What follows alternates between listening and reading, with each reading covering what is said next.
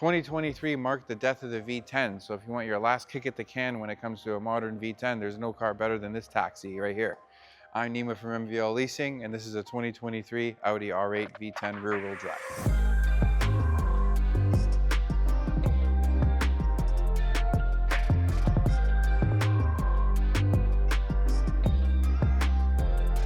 Don't forget to like, comment, and subscribe, and hit that bell so you know every time we release a new video, which is usually on Saturdays around 10 a.m.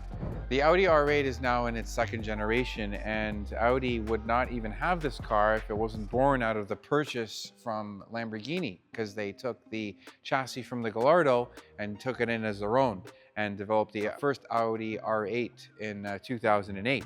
Now we're in the second gen. Audi has said it's the last generation and they're not replacing this car, but I think they have a little trick up their sleeve. Now, this car's cousin is the Lamborghini Huracan, so they share a lot of tech but look very different. This particular car is a rear-wheel drive model. Now, the first time that they took all-wheel drive away from this car was with Lamborghini when they introduced the Lamborghini Gallardo LP550-2 Valentino Balboni edition. So they kind of started the whole converting a car from all-wheel drive to rear-wheel drive and charging you more for it. Now, when it comes to the Huracan and the Audi R8, they do have rear-wheel drive models, but these are more, I won't say a cost-cutting measure, but more a car where price point was kind of further emphasized. So with the Audi R8, this model or this generation started in 2017 and was made until 2023. They did a slight revision similar to how 911s do a life cycle improvement in the middle by 2022. So the differences kind of laid more in the front bumper and a few small differences which we'll go into as well. Let's just get some numbers out of the way. So it's a 5.2 liter naturally aspirated V10. The one in this car is rated at 562 horsepower. So you're at about a 40 horsepower deficit over an Audi R8 V10 Plus, or after 22, they called them Audi R8 V10 Performance Quattro. So that's not a terrible thing, because when you have less horsepower, all that horsepower, even though it's only 40 less, is only being transmitted to 2 drive wheels. So when you have more horsepower, you get a little bit of parasitic drivetrain power loss because you're trying to power another axle. So believe me, even though it has less horsepower than the Quattro, it's still able to lay down all those horsepower with a few disadvantages, which we'll get into. So when they revised the Audi R8 for 2022, the main thing that changed is the front bumper. So they kind of added a few stylistic elements like these pillars at the side of the bumper. This is how you know you're looking at a revised Audi R8. I think it looks good. The patterning in the grille is something that's kind of evolved over time since the Audi R8 was first introduced in 2008. And I think they did a really good job of kind of updating it. Couple things to note. You have a few radiators up here, one big one in the middle and one in each air dam here. Now, the R8 is kind of, I've heard it be referred to as kind of your discount Lamborghini Huracan. And it sounds kind of mean, but I understand why some people say that. Now, one reason for that is there's a lot of fake stuff on this car, okay? Like these vents or these slits at the side here, these are solid. This doesn't even take in any air. So I think they just did this style for style's sake, which I don't really think is great, but you know what? At the end of the day, it does make the car look more aggressive. I get why they did it. This treatment on the inside of your headlights, also fake. These 3 things that look like they take in air, also fake. The Audi R8, when you put this car next to a Huracan, you can tell that the drivability or usability or practicality was kind of a priority when it came to this car. So I've mentioned this many times before with a lot of the Lamborghinis that we reviewed, is that you can almost draw a straight line from the tip of the hood all the way to the top of the windscreen. It's just like a big wedge. So with these Audi R8s, your windshield is actually a little bit more upright.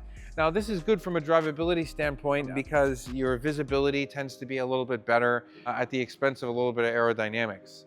The one thing that's kind of, you wouldn't know unless I pointed it out, is how big the luggage compartment cover is for this car. This whole panel is all one piece and it forms the top of your wheel arch. Now, the front trunk is not any bigger in this than it is in a Lamborghini Huracan, but I think it's a nice feature that or a nice style element that's common to all R8s and kind of make it unmistakable. When you see the hood open, you can kind of see how much of the body that this frunk kind of forms. Audi R8s, they do look angry, and these headlights are a good example of that because you have that iconic LED signature and you have LED lighting as well. The lighting is adaptive, bends around corners and things like that. That's a nice touch. I haven't seen any of these cars with a front axle lift. I don't even think you can get it, but that's just a way that they've kind of watered down the aggression of a Lamborghini Huracan because you don't really need it. Like, I'm standing next to the car right now. I got like a good almost 6 inches here to kind of get up and down any driveways that you need to get to. Again, just a nod to that practicality that they wanted to get with this R8. When we come around to the side here, to the untrained eye, it would be hard to tell, but when a trained eye like me, I know right away that I'm looking at a rear-wheel drive R8 because a couple things, but the one dead giveaway is the brakes. Now, if you're trying to save a few bucks and get an R8 and not go get a Quattro or a V10 Plus or a Performance Quattro, which comes standard with carbon ceramic brakes, you get these really cool steel brakes. And I've never seen them on any other car besides Audi's because your rotor is nice and thick. It's almost an inch thick. It's a steel rotor, internally ventilated, cross-drilled. The rotor hat is connected to the disc with spokes. This helps for heat dissipation and heat management. But the cool thing about the rotor is it almost looks like a flower. The edge of the rotor is actually like ribbed. And I think it looks really cool for a steel braking system. And again, that's all just to help better dissipate the heat. The rims that are on this car are specific rear-wheel drive Audi R8. I like these ones. It kind of goes good with the yellow because it almost has like this rose gold finish. Like it's not rose gold, it's almost a bit more bronze. But the face of the rim, the face of the spokes, and the edge of the wheel rim is actually machined. So it kind of gives the illusion, not the illusion, but it kind of gives the wheel like a little bit more depth. I think it's a really cool touch. The ground effects on this car are really nice because this one, being Vegas yellow, your front lip is gloss black, and this theme is carried on along the side when you look at your side skirts. Your mirrors are also black, which I think kind of makes the car a little bit tighter optically. Window trim and other trinkets are all gloss black as well. Now, if you were to get a V10 Plus or you were to get a Quattro Performance, these portions are actually made of real carbon fiber. When you get a rear-wheel drive Audi R8, they're just gloss black. You can pay extra to have them made in carbon fiber, but not a lot of people do, because if you wanted to have all the bells and whistles, you're just gonna get the Quattro. This is a price leader. That's why they're kind of strip it of some of the equipment, but still give you the option to add that stuff if you want. Now, these vents here behind the rear doors, you can tell that the rear doors not only function as doors, but they also function as a way to kind of direct air into these vents. Inside these vents are radiators that help cool the engine and also play a part in your engine air intake system. More fake stuff. There's a vent right here behind the occupants. It's just a grill, no holes in it, okay? So not really in love with that. Come around to the back here, you can see the braking system is very similar. Again, it's got that ribbed look in the back with the cross drilled. One thing you get with the Quattro Performance R8 is that you get a carbon fiber wing that's fixed. Okay, but with these ones, you get the traditional wing that you got on the old R8s where it kind of blends into the bodywork. I kind of deployed it here for you so you can kind of see what it looks like. When you add a wing to the back of this car, I think it kind of balances out the look, especially from a side profile, because like I said, when you put this car next to its cousin, the Huracan is just a giant wedge, whereas this one almost looks like it looks like it's almost standing up a little bit. Now, it makes the car easier to get in and out of and stuff like that, but you know, when I'm buying a Huracan, I'm not buying it because it's easy to get in and out of. I'm buying it because it looks absolutely dope. This car just looks so much more tame by comparison, and I can see why the car is popular because it's not as ostentatious looking as a Lamborghini Huracan. It's got a very sedate look, but still barks like a Huracan and things like that. Now this one, you can see the back end has a few elements that kind of hint at the level of performance. Now you got these giant oval exhaust pipes. Now when the Audi R8 was first introduced in 2008, they introduced the V10 model in 2010. The V10 had giant oval exhaust tips. The V8 had a double twin pipe. So now that they're all V10s, you just have these giant ovals back here, wedged on the ends of this really big rear diffuser that have these really big vents. So this thing manages the air really well. Now, one thing that I feel like they kind of style element that they took from the Lamborghini Gallardo LP560 was that you have a grille that's beneath your taillights that kind of extends all the way from one end of the car to the other. optically this widens the car. Doesn't need that help, but it just, from a design standpoint, it really does a good job of doing that. Now, it's not fully open like it is in the Gallardo LP 560, because in the middle, probably about 8 inches on each side of your license plate, it's all closed off, kind of like those fake vents that I was showing to you on the side and in the front. So what you see up beneath each of your taillights, you can kind of see your exhaust pipes where they come out of your muffler and are channeled right into these oval exhaust tips. I think it looks good. This car has what's called the Black Optics package. Black Optics package gives you the gloss black rear diffuser, side skirts, front lip, and the badging on the hood, the 4 rings, the R8 logo on the back, and 4 rings back here too. Tail lights are all LED. They do a bit of a dance when you are changing lanes, so they kind of like have an animation that kind of looks really neat. No filament bulbs on this car. Every single light on this car is LED. When you have the R8, you have a nice engine cover. Not as elaborate or as good looking as the one that you get on a Huracan, but serves its purpose.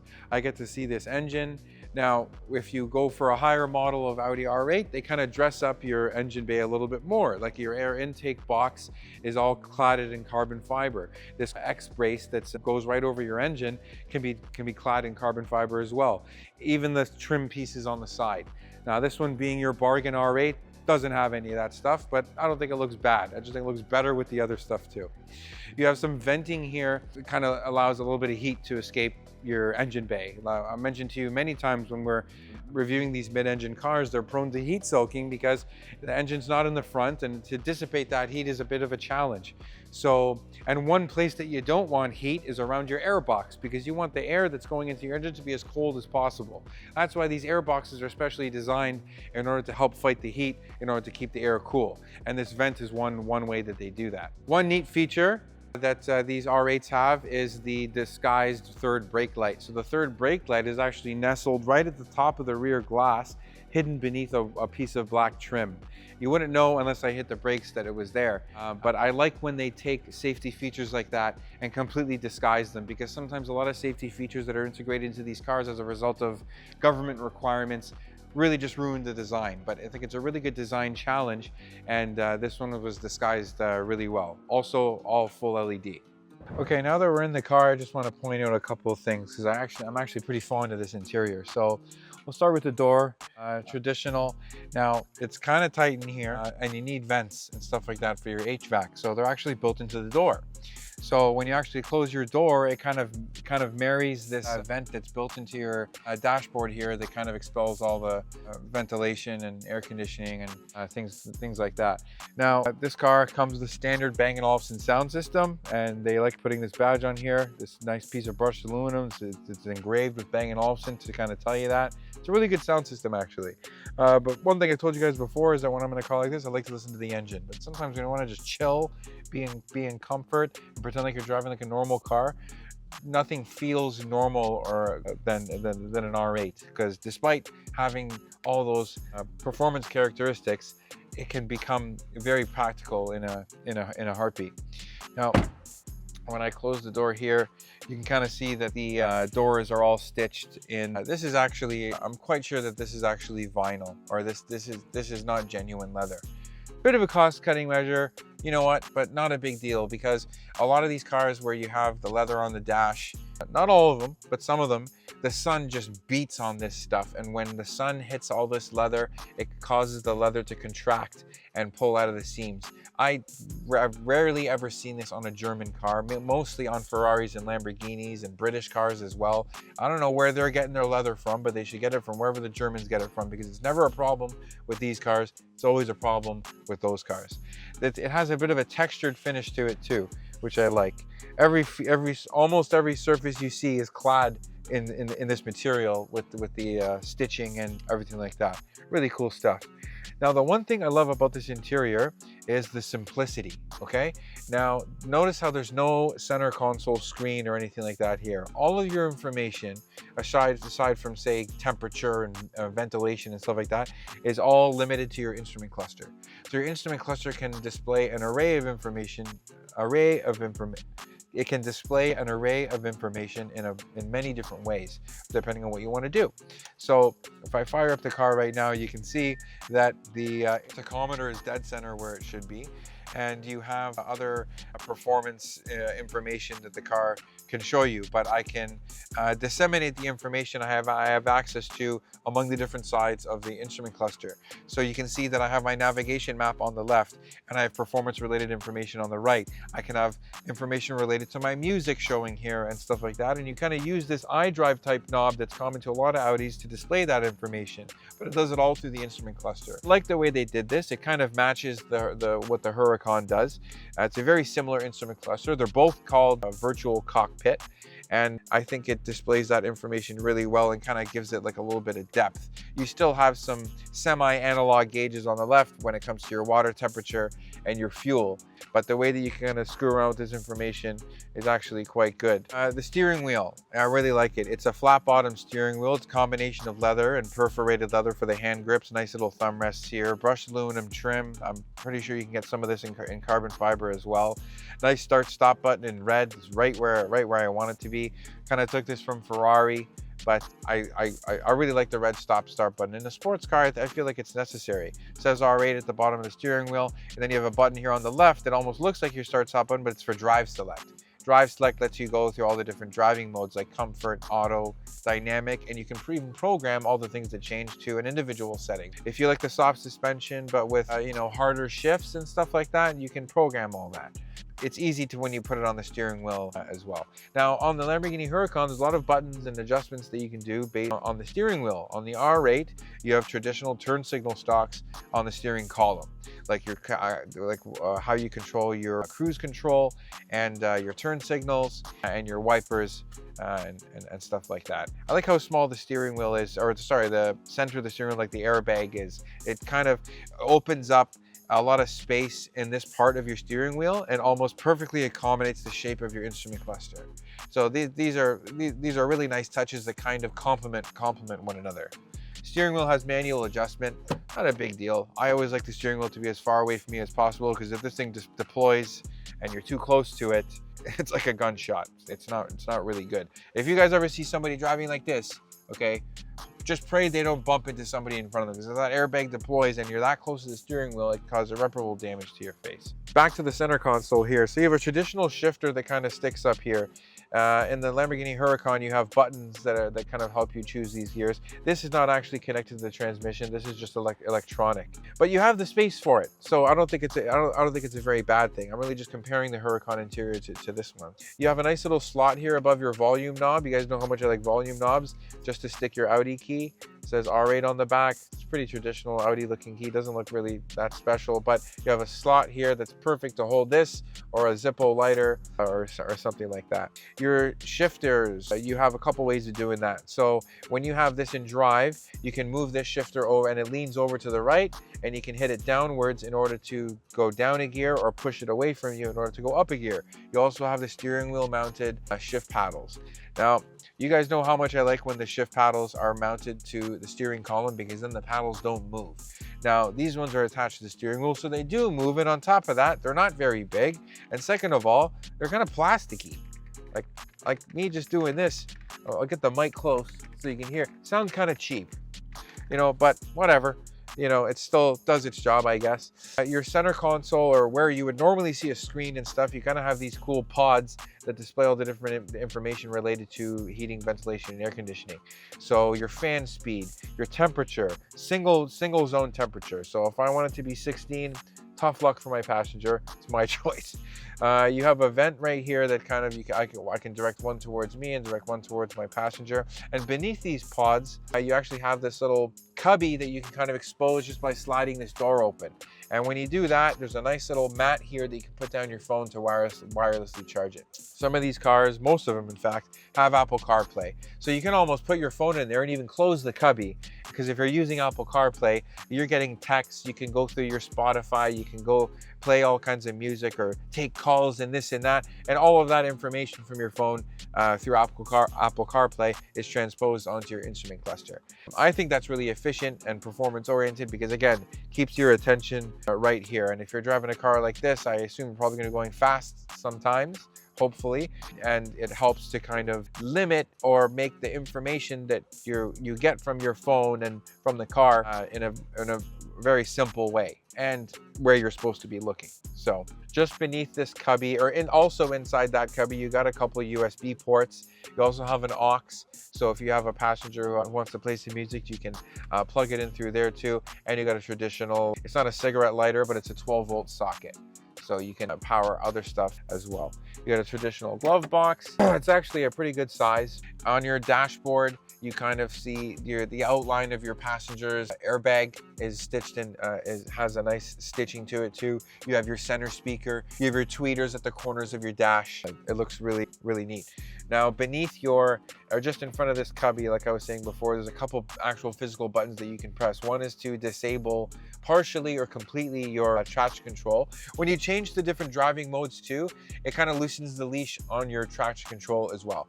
So if I put it in sport, it's going to allow for a bit of wheel spin, but it will intervene when you start getting a little stupid. You have your hazard button here too. You can disable your parking sensors if you're just doing some low speed maneuvers where you don't really require them. But there's a button here that deploys that spoiler. It works automatically and you have manual control of it by way of this button here.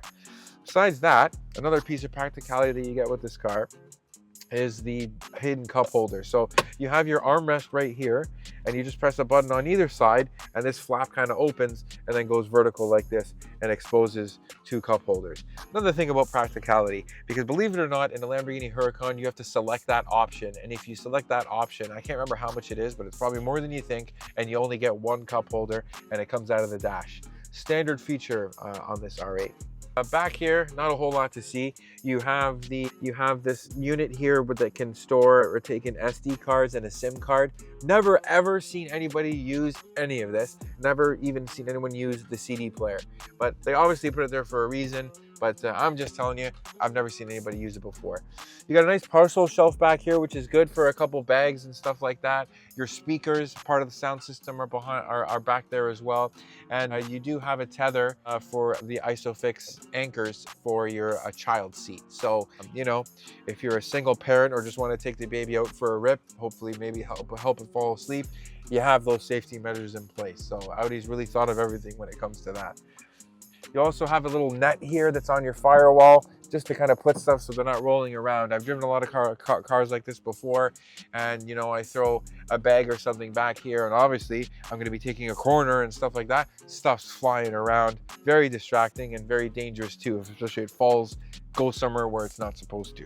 So with these cars, you also get the illusion, or maybe it's not an illusion, you actually have more headspace in this car, because relative to a Huracan, that windshield is almost fully horizontal. The distance between the steering wheel and the ceiling is like less than 6 inches. With this car, looks like it's almost a foot. And with that windshield being more upright, your visibility is a lot better. The opening for your window is a lot bigger, and this all just kind of helps visibility and makes it feel like you're not driving such a taxing car like a Ferrari or a Lamborghini. Another thing that I like about the interior is this whole cockpit feel for the driver. So you kind of have this trim piece that kind of goes all the way from my right knee, all the way up the dash, around the cowl, and continues down here.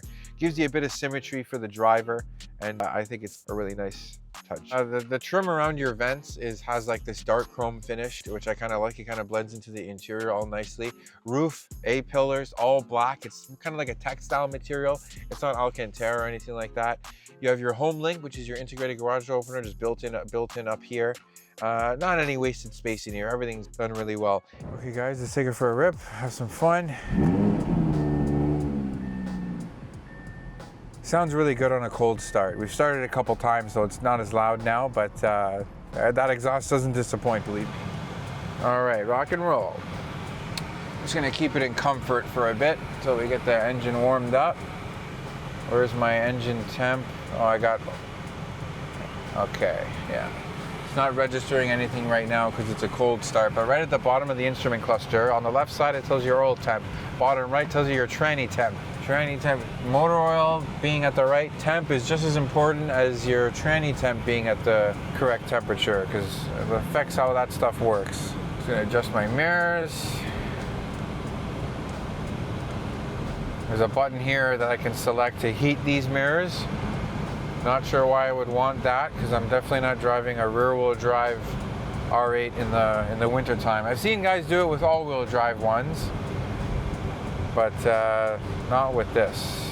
Okay, speaking of that transmission, it's still a double clutch, okay? Same one that you get in your in the all-wheel drive model, especially the performance that has the same, pretty much the same power as a Huracan. 602 brake horsepower, or 610 PS.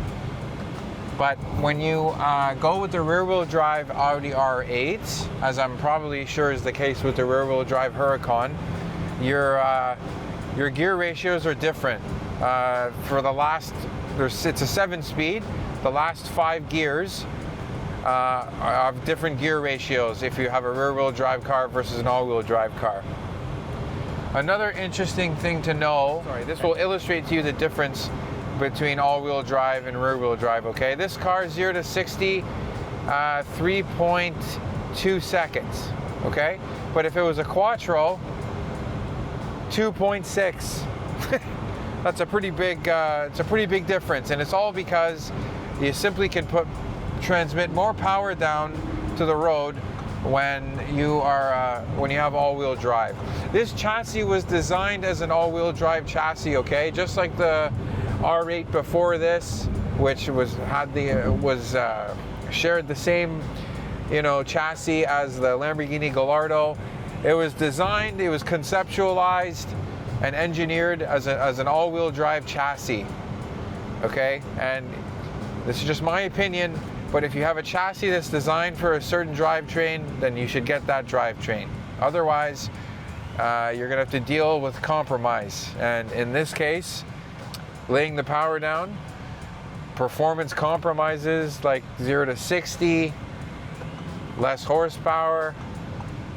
It's a really good transmission. And the all-wheel drive system, I think I mentioned to you guys this before, the people who handle the all-wheel drive system for Audi product, which includes Audi, Volkswagen, Bentley, Lamborghini, the company that does all that for them is a company called Haldex. Haldex is a Swedish company, and they're really good at all-wheel drive, and they're the ones who develop the innovations for torque vectoring and things of that nature.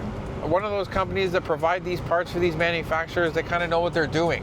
Okay, Haldex knows what they're doing, just like I told you Graziano as a transmission company knows what they're doing, because their transmissions are in the greatest cars the world's ever seen. Now tell me if you think this is a good thing or a bad thing. This car is, like I said, it's pretty tame, okay? I told you how upright the windshield was, your visibility is good. You almost forget that you're in the mid-engine sports car. Now, I think that's a good thing from a practicality and comfort standpoint. I think it's a compromise and a sacrifice when it comes to having a sports car, because I've driven Huracans and I've driven R8s, and when I'm in that Huracan, I never forget that I'm in a Huracan. But in the R8, sometimes you forget. I've heard it be described as just a bigger Audi TT, and when you spend a lot of time in an R8, you kind of understand where that description kind of comes from. Engine oil temp is at about 75 degrees Celsius, so we'll just wait a little bit more before I start banging it. But I want to wait for the tranny oil temp to kind of tell me what it's doing too.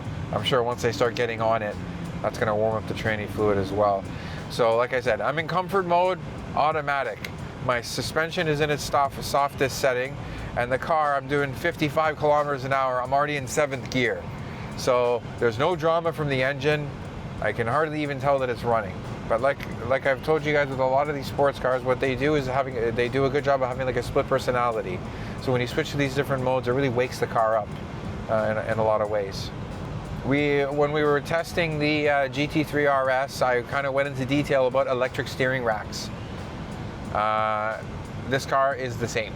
Huracan and the Audi R8 now have electric steering racks, not hydraulic steering racks like their predecessors. And it's good. Adds to that comfort and practicality I was telling you about. When you have a car that's all-wheel drive with an electric steering rack, it's kind of different than when you are driving a car like this, where your front wheels are literally only have one job, and that's to steer. When you have a rear-wheel drive Huracan or rear-wheel drive R8, it lets you get a little bit tail happy. but it's not the type of tail happiness that you can have in an M3 where you're basically using the throttle to straighten out. You really got to know how to manage the steering in order to maintain a slide and maintain control, because if you give the steering a bit too much feedback, you're just going to spin like a top. And if you don't give it enough, it's a balance. It's a balance. And a car like this in this configuration with the engine in the middle being rear-wheel drive will help you perfect that. But it's not as forgiving as, say, an M3 or any car for that matter, where the engine's in the front with the drive wheels in the back, because you can learn how to modulate that a lot quicker than you can in a car like this. And this is just by way of physics, just because of where all the weight is in the car and things like that. But it takes time and it takes experience. But if you want to slide around, I'll say this right now, if you want to slide around like a hooligan, this wouldn't be the car to do it in my opinion. There's other cars that are better suited to that and won't bite your head off if you get it wrong. I told you guys that when you switch to the different driving modes, that it kind of loosens the leash on your driver's aids, more namely your traction control. So it'll let you have a little bit of wheel spin, but will intervene when you start getting a bit too silly. And I think that's good. I think those driver's aids, I used to hate them in older cars, but they've kind of gotten far more intelligent these days. You really get away with a lot. Well, I got an open lane, so I'm gonna exploit that. I'm gonna hit it for the highway. Okay. I'm gonna put it in dynamic, and I'm gonna put it in manual. So now I'm gonna be the one banging through the gears.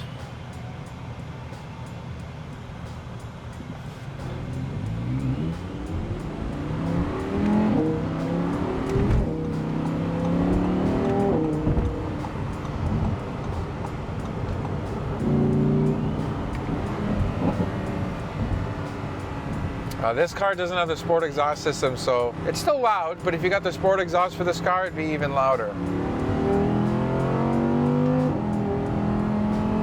Oh, that's a good tranny. You still get that snap, crackle, and pop when you let off the throttle. I think in 22, when this car was introduced, like with the facelift and everything, you could get sport exhaust as an option. I think it might be standard on the 23, I'm not sure, but you guys let me know. The one thing I like about these V10s is that it's not like I wouldn't call it particularly torquey, okay? I wouldn't say it's weak or anything, but they're not very torquey. You really got to have this engine wail to get the most power out of it. So you're really not having fun, and the engine's not really barking that much until you're after 4,000 RPM. Comparing this R8 to like a Huracan, it really just, they've kept a little, but they've eliminated most of the drama, you know? I can see why they did it, but driving the cars, I've spent a lot of time in R8s, a lot of time in Gallardos and Huracans, and I hate to say it like this, but it's almost like they took a Huracan and they made it more boring. I wouldn't say it's a boring car in general, but they just, like I said, they took away some of that drama, some of that theater out of the car, which for me is one reason why I love those cars like the Gallardo and the Huracan. But if you think about it, it was a wise move for Audi. Oh, I got a gap.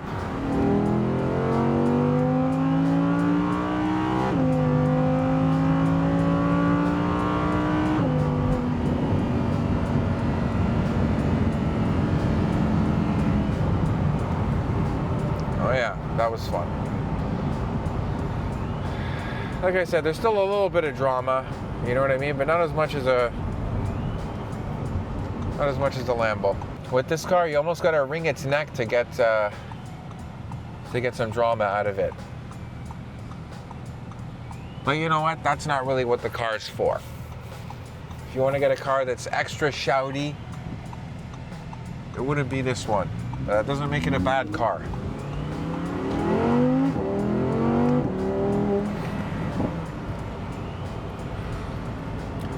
Now, I was telling you that the The chassis is an all-wheel drive chassis. It was designed as an all-wheel drive chassis, and I think it should stay that way. Now, one exception to this is when you have something like the Lamborghini Huracan STO. That's rear-wheel drive, okay?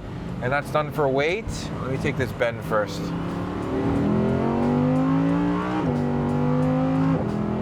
Oh yeah, there we go. So that's an exception because they kind of did away with the front wheel, or the power to the front wheels, to save a bit of weight mainly, but in order to kind of, oh, here goes my customer in his 812, or his F12. Nice. Hi, Mark. Anyway, they kind of, they added rear wheel steering, okay? So it helps the car rotate a bit better and makes it better for handling. Now that STO, Lamborghini Huracan STO, that car is designed for the circuit, okay? But at least they integrated some tech to kind of help along the fact that it's just rear wheel drive. Because although it's at just a couple degrees, you know, it does, the rear wheels turn, it has a great impact on your handling. This car doesn't have that. Like I said, there's a lot that this car is missing, but what you get, I think, is a fair combination. Audi R8s, they do a good job of kind of flying under the radar. People will see an R8 and be like, oh yeah, that's a nice car, you know, but R8s don't break necks. Huracans break necks. And that, I mean that for both passengers and bystanders.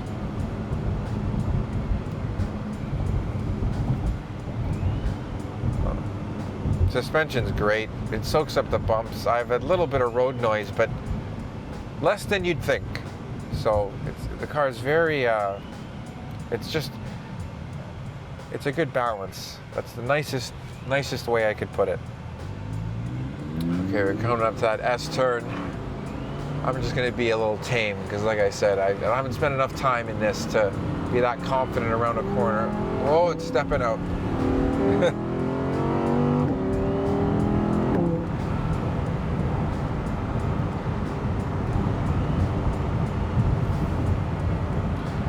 All right, back into grandma mode.